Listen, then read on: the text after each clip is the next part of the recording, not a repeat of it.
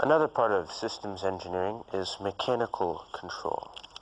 What you see before you is a reduction gearbox, which happens to have a ratio of 62 to 1. That means that for every time this first gear is, for every 62 times this first gear is turned, the last gear in the system will turn one time. In order to arrive at this ratio, you simply substitute into the following equation all the necessary information. This is a practical application of a chain gear reduction system that you would find in the real world. For this problem, we were given a verbal description to create a system in which a cylinder would rapidly advance, slow down to feed, and then rapidly return. From this verbal description, I drew this drawing and then set it up on a Vickers hydraulic trainer board. As you can see, the cylinder extends rapidly until the cam actuator is depressed, and after that point, its feed is much slower through the part, but when the directional control valve is reversed, the cylinder retracts with equal speed as to when it extended. This is an example of an industrial application where we use a transfer, clamp, and drill in a circuit. Here we use limit switches for positioning information. We also use relays for logic functions and relay timers to time functions. In this circuit example, we have a transfer, a drill, and a clamp. In pneumatics, there are three basic logic functions: and, not, and or.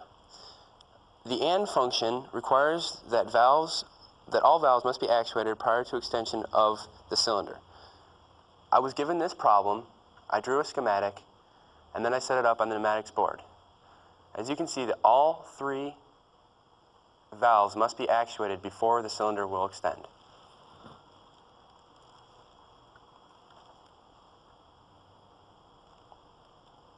For this problem, we were given an assignment to create a system in which a cylinder extends and retracts continuously until power air is turned off.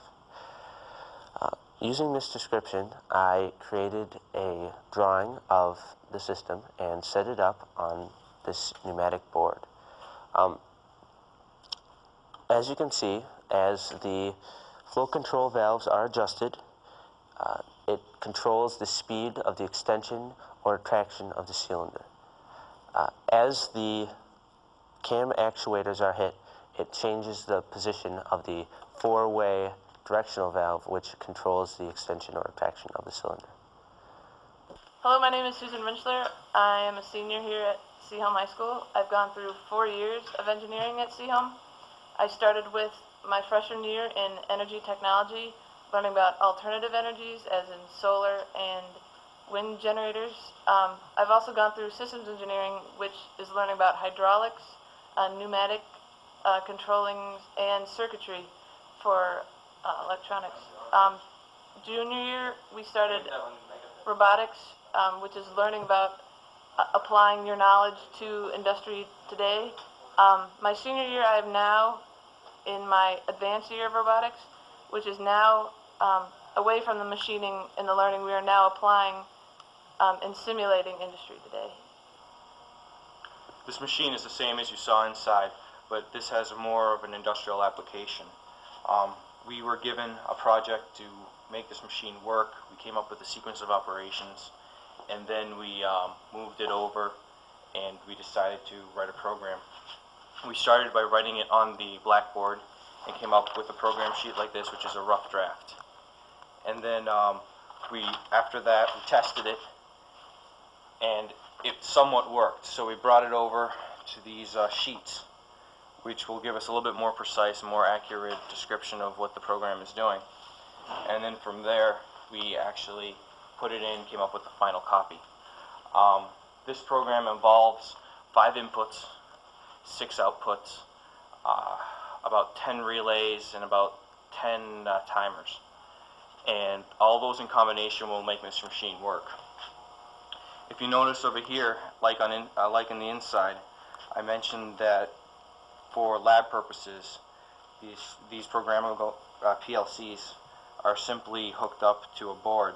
Over here, they're hooked up to relays, as I mentioned, because of the amperage. Here are the relay strips. You have your inputs and your outputs, and your outputs have to be hooked up to the relays, so that way you do not burn the PLC. If you turn around, I'll show you where the inputs and outputs are.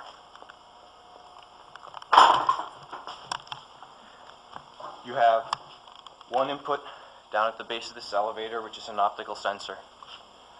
It senses the part as it comes in, and it indicates to the elevator to raise. When the elevator has risen, there's another sensor here, which indicates that the part is there and it hasn't been jammed in the elevator itself. So this will indicate that the part's there. The ejector will eject the part off onto the conveyor, and the elevator will return. From there, the part will go onto the elevator belt, or the conveyor belt, and it will reach the sensing bridge, which posed quite a problem for us. We have plastic, aluminum, and steel.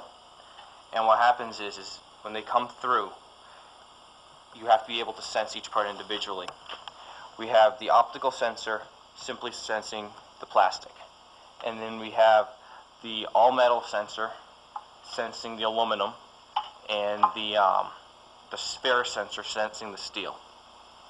And what happens is for the program to know if it's plastic, the only sensor that's triggered is the optical sensor. And after which a timer will count down, the conveyor belt will continue, and the first cylinder will retract and pull it off onto this conveyor. If the part's aluminum, though, you get two inputs from the all-metal sensor and the optical sensor.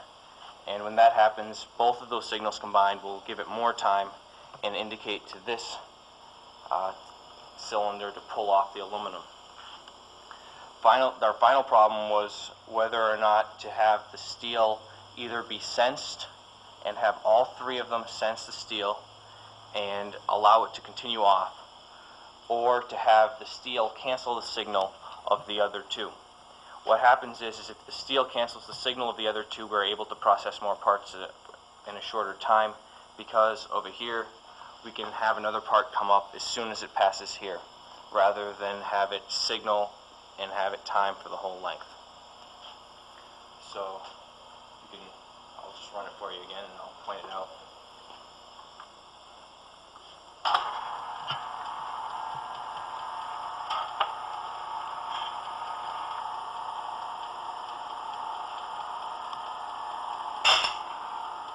After a certain number of seconds, the plastic part enters the first elevator, and the optical sensor will sense it and comes to the top where the other optical sensor senses the part. Now, this optical sensor will also indicate that it's plastic, and it will proceed off the first time. With aluminum, the same thing happens. The only thing is it senses that it's aluminum rather than plastic.